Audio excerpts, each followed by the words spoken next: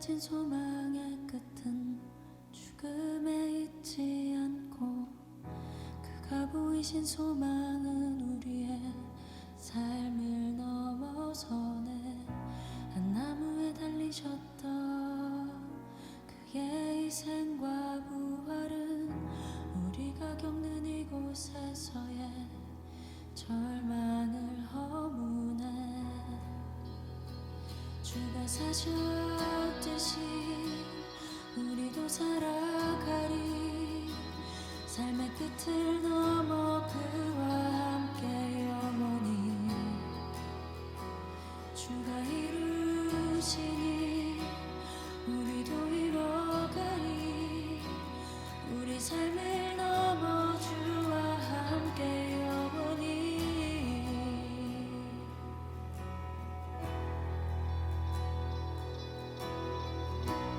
우리가 가진 소망의 끝은 죽음에 있지 않고 그가 보이신 소망은 우리의 삶을 넘어서네.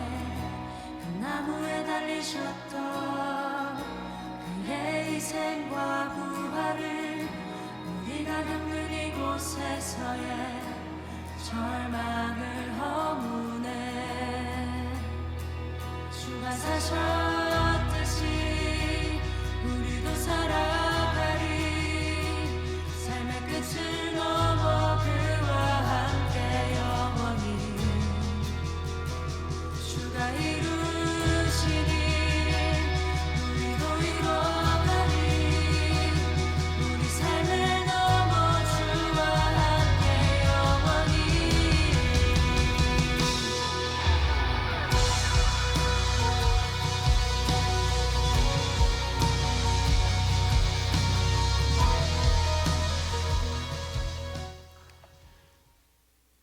성도 여러분, 오늘은 요한복음 14장 6절의 말씀을 통하여서 나는 길이요 진리요 생명이다 라는 주제로 다순절 5번째 말씀의 은혜 함께 나누도록 하겠습니다. 저는 오늘 나는 길이요 진리요 생명이다 라는 것을 예수는 길이요 자유요 삶의 목적이십니다 라는 큰 주제로 함께 말씀의 은혜를 나누도록 하겠습니다. 먼저 첫 번째로 예수 그리스도는 우리 인생의 길 되십니다. 어제 오늘의 문제가 아니죠. 바로 스마트폰 중독에 관한 문제입니다. 코로나 팬데믹을 지나면서 우리나라 사람뿐만 아니라 전 세계인들이 이 핸드폰에 중독이 된 현상이 더 심해졌다라는 보도를 접했습니다. 저도 휴대폰, 이 스마트폰이 해로운 건 알겠지만 이것 때문에 쉽게 버리지를 못하는 것 같아요. 바로 핸드폰에 있는 내비게이션 기능입니다. 제가 아주 길치라서 어디를 갈 때 이 내비게이션이 없으면 이 차량에 있는 내비게이션보다 훨씬 더 핸드폰이 실시간 교통 정보를 반영을 해서 초행길을 갈 때는 얼마나 유용한 그런 도구인지 모르겠습니다. 핸드폰, 스마트폰에 있는 모든 기능 다 없애고 딱 하나만 두라라고 한다면 전화는 당연히 되겠고, 저는 스마트폰에 이 내비게이션만 있으면 그리 큰 불편하지는 않겠다라는 생각까지 해봅니다. 목적지에 도착하기 위해 바른 길을 찾아가는 것 얼마나 중요한 일입니까? 예수는 이 땅에 오셔서 자신이 걸어가야 할 길을 분명히 알고 계셨지만 예수의 제자들은 그렇지 못했던 것 같습니다. 제자들에게 내가 이제 너희를 위하여 예비할 처소로 가려고 하니 너희들이 기도하라 라고 이렇게 말씀하자 예수님께 도마가 이렇게 질문을 하죠. 주여, 주께서 어디로 가시는지 우리가 알지 못하거늘 그 길을 어찌 알겠사옵나이까? 아니 주님이 가신다는 곳, 우리를 위해 예비하신다는 곳, 적어도 주소는 좀 알려주셔야지요. 그래야지 우리도 그곳에 나중에 찾아갈 수 있지 않겠습니까? 도마의 질문은 아주 적절한 그런 질문처럼 보입니다. 그런데 이런 도마의 질문에 주님이 이렇게 답하고 계시죠. 오늘 본문의 말씀입니다. 같이 한번 소리내서 읽어보겠습니다. 예수께서 이르시되 내가 곧 길이요 진리요 생명이니 나로 말미암지 않고는 아버지께로 올 자가 없느니라. 길을 잃으면 오랫동안 또 헤매면 지칠 대로 지쳐서 결국에는 쓰러지게 됩니다. 여러분, 이 자리에 부모님들 많이 계신데 우리 자녀들에게 해줄 수 있는 부모의 가장 중요한 역할은 무엇일까요? 저는 인생의 바른 길을 찾도록 안내해 주는 것이 우리 부모의 최우선 과제가 아닌가 생각해 봅니다. 내가 아무리 자녀를 사랑하고 또 자녀에게 많은 것을 줄 수 있는 아낌없이 능력을 쏟아붓는다 해도 여러분, 부모가 자녀의 인생을 대신 살아줄 수는 없는 노릇 아닙니까? 바라고 또 바라는 것은 자녀들이 스스로 인생의 길을 찾아 걸어가도록 기도하고 응원하는 것이죠.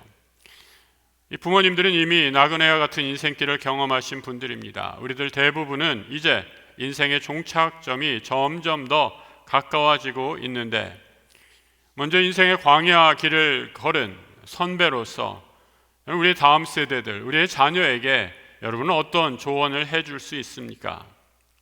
히브리서의 저자는 인생길을 걸어갈 때 인내의 믿음이 꼭 필요하다고 가르쳐 줍니다. 때로 좌절하고 낙심할 때도 있을 것입니다. 하지만 인내함으로 그 믿음의 길을 한 걸음 한 걸음 걸어갈 때 결국 목표한 목적지에 도달하기 때문이죠.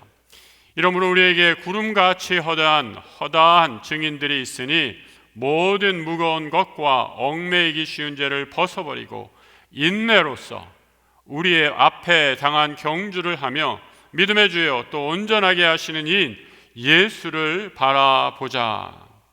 주를 바라보며 인내로 믿음의 경주함을 달려간다라는 겁니다. 신방을 하다가 한 권사님이 이렇게 간증을 하십니다. 여러 가지 몸도 아프고 힘들고 어려운 일이 참 많았습니다. 최근에 이사를 하셨는데 집에서 이렇게 가만히 있는데 하나님이 찬송가가 생각나도록 그 마음에 찬송이 울려 나왔다라는 겁니다. 내 영혼이 은총 입어 중한 죄짐 벗고 보니 슬픔 많은 이 세상도 천국으로 화도다. 높은 산이 거친 들이 초막이나 궁궐이나 내 주 예수 모신 것이 그 어디나 하늘나라. 우리의 인생길이 우리가 걸어가는 그 길마다 활짝 핀 꽃길이면 좋겠지만 광야여도 상관없습니다. 험산 줄령이어도 상관없습니다. 우리 주님이 내 인생의 길이 되어 주시기에 주님과 함께 한다면 우리는 마침내 그곳에 이를 것입니다. 천국은 내 욕심을 따라 가는 길이 아닙니다. 인내하는 믿음으로 이루게 되는 것이 바로 천국입니다. 이스라엘이 가나안에 이른 것도 마찬가지이죠. 여러분, 하나님이 모세에게 광야에서 길을 인도하실 때 모든 여행 계획을 다 짜주시고 여행사에서 다 그렇게 짜주는 것처럼 오늘은 어디까지 가고 여기까지 가고 여기서 쉬고 그런 자세한 모든 여행 계획을 다 주시고 인도하신 것이 아닙니다. 매일매일 그날의 걸음을 불과 구름 기둥으로 한 걸음 한 걸음 인도하신 것입니다. 젖과 꿀이 흐르는 가나안을 인내로 걸어가도록 그렇게 훈련시키신 것이죠. 우리 삶의 천국에 이르는 길은 많은 난관과 어려움이 있을 것입니다. 하지만 이 길을 인내로 매일매일 한 걸음 걸어가는 것이 중요합니다. 우리 앞에 있는 인생길을 믿음의 인내로 걸어가므로 마침내 천국의 본향에 이르게 되는 우리 모든 성도들 되시길 우리 주님의 이름으로 축복합니다. 두 번째로 예수는 자유함이십니다. 길과 진리요 생명이신 예수를 따름으로 누리는 축복 가운데 하나는 자유입니다. 예수가 주시는 자유는 죄로부터의 자유, 가장 큰 선물이죠. 이전에 죄로 인한 사망 권세의 노예였다가 주님이 모든 죄에서 나를 해방시켜 주십니다. 여러분, 이런 자유를 날마다 누리고 경험하고 계십니까? 이제는 어느 집사님이 저에게 그러시더라고요. 믿는 지 얼마 안 돼서 은혜를 받고 교회 열심히 다니게 되니 교회에서 직분도 주시고 또 직분 맡은 거를 열심히 감당해서 교회에 아주 깊이 생활하시면서 교회가 전부 자신의 삶이 될 정도로 많은 일을 하셨다라는 거예요. 그런데 갑자기 그런 생각이 들었다라는 겁니다. 내가 지금 교회에 너무 매여 있는 것이 아닌가, 그런 생각이 들었다라는 것이죠. 술, 담배 하지 말라라는 것까지는 이해를 하겠는데 이 주일 성수를 하고 나니 가족들과 어디 가지도 못하겠고 또 친구들과 어디 놀러도 가는 것도 힘들다라고 하십니다. 예수 믿어서 자유한다라고 하는데 이전과 예수 믿지 않을 때의 내 모습과 지금 예수 믿을 때의 모습을 비교해 보면 별로 자유한 것 같지가 않다라는 말씀입니다. 여러분, 진리가 주는 자유가 무엇일까 한번 생각해 보시기 바랍니다. 단순히 무엇을 하고 무엇을 하지 않음으로 얻게 되는 그런 자유가 자유일까요? 오늘 성경에서는 예수 그리스도와 교제함으로 누리는 것이 참된 자유임을 말씀해 주고 있습니다. 요한복음 8장에 있는 말씀인데 같이 한번 또 읽어봅니다. 그러므로 예수께서 자기를 믿는 유대인들에게 이르시되 너희가 내 말에 거하면 참으로 내 제자가 되고 진리를 알지니 진리가 너희를 자유롭게 하리라. 말씀에 거해야 참 자유가 임한다라는 거죠. 말씀에 거한다, 주님과의 인격적인 친밀한 교제를 의미합니다. 말씀이 우리에게 들려질 때 일어나는 가장 1차적인 반응은 바로 믿음입니다. 믿음은 말씀을 듣는 데서 시작되기 때문이죠. 여러분의 지금 믿음의 상태를 측정하는 아주 간단한 테스트가 있습니다. 내가 지금 이 말씀을 어떻게 듣는가 판별해 보시면 아주 정확합니다. 말씀이 내 삶에 아무런 영향을 끼치지 못한다면 이것이 한 귀로 듣고 한 귀로 그냥 흘러가서 사라져 버리는 것이라면 그만큼 나는 주님과 멀어진 상태를 나타내기 때문이죠. 요한은 성자 그리스도가 인간의 몸을 입고 이 땅에 오심을 이렇게 선포해 주고 있습니다. 말씀이 육신이 되어 우리 가운데 거하심에 우리가 그의 영광을 보니 아버지의 독생자의 영광이요 은혜와 진리가 충만하더라. 영원하신 하나님, 천지의 창조주 하나님과 함께 계셨던 예수 그리스도께서 그전에는 눈으로도 만질 수도 볼 수도 만질 수도 없었던 그분이 마침내 인간의 몸을 입고 이 땅에 오셨습니다. 그분의 모습이 어떠했을까? 사도 요한은 인간의 몸을 입고 오신 모습을 은혜와 진리가 충만했다라고 이렇게 표현하고 있습니다. 예수 그리스도는 은혜와 진리가 충만한 분이십니다. 은혜와 진리가 충만한 말씀을 접하게 되자 주의 제자들은 자신의 삶을 주님께 드리는 제자로 거듭나게 되죠. 한번 듣고 잊어버리는 그런 말이 아니라 주님 나라 가는 그날까지 지속적인 순종의 삶을, 믿음의 길을 걸어가는 것이죠. 똑같은 말을 들었지만 예수님 시대 많은 유대인들은 예수의 말씀을 듣고 이렇게 반발하죠. 그들이 대답하되 우리가 아브라함의 자손이라 남의 종이 된 적이 없거늘 어찌하여 우리가 자유롭게 되리라 하느냐. 유대인들은 자신들이 아브라함의 자손인데 단 한 번도 남의 종살이를 한 적이 없는데 어떻게 우리가 종이 될 수 있느냐? 아니 어떻게 우리가 네가 주는 자유를 얻겠느냐라고 예수의 말에 반문하고 있는 것이죠. 피의 순수함, 이 피의 순수함을 상징하는 유대인의 족보는 자신들을 지키는 거룩한 표징이었습니다. 예수는 그들에게 족보가 너희를 구원해 주는 것이 아님을 말씀하죠. 유대인들이 죄의 구속에서 벗어나지 못하는 한 가지 이유, 그들이 아직도 죄 중에 있기 때문이죠. 예수께서 대답하시되 진실로 진실로 너에게 이르노니 죄를 범하는 자마다 죄의 종이다 말씀하십니다. 우리는 교회 생활하다 보면 또 이것저것 열심히 봉사하다 보면 이 정도면 됐지, 이 정도 섬기면 됐지, 이 정도 헌신하면 됐지, 나름의 이유를 들고 이런저런 이유를 댑니다. 그런데 여러분, 사실 그때가 가장 위험한 시기입니다. 사탄이 우리를 삼키려고 우는 사자와 같이 달려들기 때문이죠. 늘 깨어 기도해야 하는 이유이기도 합니다. 주님 우리의 연약함을 아시고 성령을 보내주십니다. 성령께서 우리를 위해 기도하시고 우리의 연약함을 중보해 주십니다. 우리가 죄에서 우리 스스로를 지킬 가장 중요한 꿀팁은 바로 그의 말씀 안에 거하는 것입니다. 우리의 마음을 예수의 거룩한 진리의 말씀에 기대어 살아갈 때 사탄은 우리를 넘보지 못할 것입니다. 우리는 예수를 믿을 때 진실로 죄에 대하여 죽고 예수 안에서 산 자가 됩니다. 예수의 말씀을 듣고 믿어 그 말씀에 순종할 때 참된 자유자가 됩니다.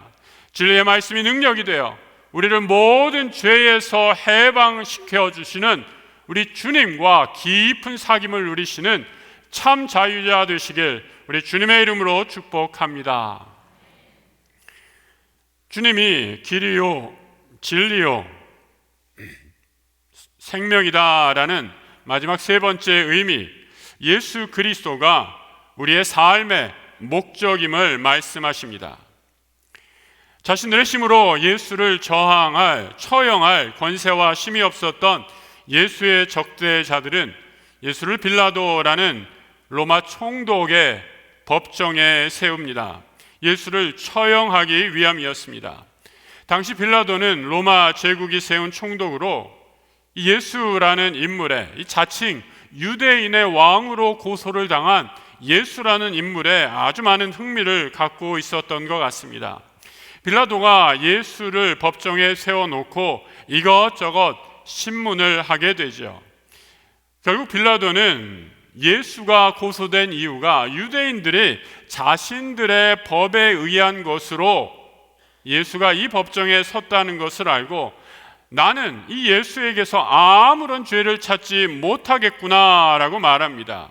그런데 너와 같은 민족인 유대인들이 너를 유대인의 왕으로 고소했구나라고 말하기까지 하죠. 이방인 빌라도마저 예수를 왕으로 인정하는데 정작 유대인들은 우리의 왕은 가이사 로마 황제 한 분밖에 없습니다라고 하는 빌라도 법정에서 벌어지는 아주 아이러니한 상황입니다. 내가 유대인의 왕이냐라는 빌라도의 질문에 예수께서 이렇게 답하시지요. 예수께서 대답하시되 내 나라는 이 세상에 속한 것이 아니니라. 만일 내 나라가 이 세상에 속한 것이었더라면 내 종들이 싸워 나로 유대인들에게 넘겨지지 않게 하였으리라. 이제 내 나라는 여기에 속한 것이 아니니라. 주님이 세운 하나님의 나라, 세상의 나라를 초월합니다. 로마라는 정치 이데올로기의 기초 위에 세워진 제국도 아니요 민족적 피의 순수성을 고집하는 이스라엘도 아닙니다. 하나님의 나라는 죄 씻음과 거듭남으로 시작되는 하나님의 통치하시는 나라이죠. 주님은 이 나라를 세우기 위해 이 땅에 오신 분이십니다. 물과 성령으로 거듭난다라는 것은 이 진리의 말씀을 듣고 순종하는 사람들이 하나님 나라를 소유할 것임을 말해주고 있습니다. 반면에 마귀는 늘 거짓을 말하고 거짓을 믿고 따름으로 거기에는 어떠한 생명도 없게 되죠. 예수의 모든 삶과 그의 사역을 가만히 생각해 보면 그의 삶과 사역이 한 가지 목표로 이렇게 모여지는 것을 보여줍니다. 좀 어려운 표현으로 수렴된다 이렇게 말들 하죠. 한 점을 향해 집중되는 것입니다. 우리가 어릴 때 이런 장난 저는 좀 많이 했는데 여러분들 혹시 해보셨는지 모르겠어요. 이렇게 볼록 렌즈 가지고 햇빛을 이렇게 모으면 이 볼록 렌즈가 햇빛을 모아서 한 가지 점에 초점을 맞추게 되면 종이도 타고 이렇게 되지 않습니까? 바로 우리 주님의 삶이 이러했습니다. 우리 주님은 한 가지 목표, 그 목표를 향해 자신의 모든 삶과 자신의 모든 생명을 바치셨습니다. 바로 하나님 나라 진리를 증거하는 것이죠. 요한복음에서 우리 주님이 이 땅에 오신 이유를 이렇게 분명히 밝히고 계십니다. 18장 37절의 말씀 같이 한번 또 읽어보겠습니다. 빌라도가 이르되 그러면 내가 왕이 아니냐? 예수께서 대답하시되 내 말과 같이 내가 왕이니라. 내가 이를 위하여 태어났으며 이를 위하여 세상에 왔나니 곧 진리에 대하여 증언하려 함이로라. 무릇 진리에 속한 자는 내 음성을 듣느니라. 공자가 나이 50이 되면 지천명이다 라고 해서 하늘의 뜻을 분별할 수 있게 되었다라고 이렇게 말하죠. 나이가 50이 넘어 보니까 제일 멋지게 보이는 사람이 누구일까요? 잘생긴 사람, 돈 많은 사람, 학벌 좋은 사람, 명예와 지식이 많은 사람, 세상 지위가 높은 사람, 물론 이런 사람들도 훌륭한 분들이겠지만 가장 멋진 사람은 자신의 삶의 목적이 분명한 사람입니다. 내가 이 땅에 왜 태어났고 무엇을 위해 살아가는가 분명히 아는 사람이 가장 멋진 사람입니다. 이런 점에서 예수는 이 땅에 오신 가장 멋진 삶을 사신 분이십니다. 주님은 자신의 모든 삶을 하나님의 뜻을 이루기 위해 자신의 생명까지도 바치신 분입니다. 이 목적을 위해 자신의 시간과 에너지와 삶을 들이셨기 때문이죠. 성도 여러분, 오늘 나를 움직이는 사명, 내 삶의 목표가 무엇인가 한번 생각해 보시기 바랍니다. 그리고 나를 움직이는 삶의 목적이 하나님의 뜻에 부합하는가 진지하게 고민해 보시기 바랍니다.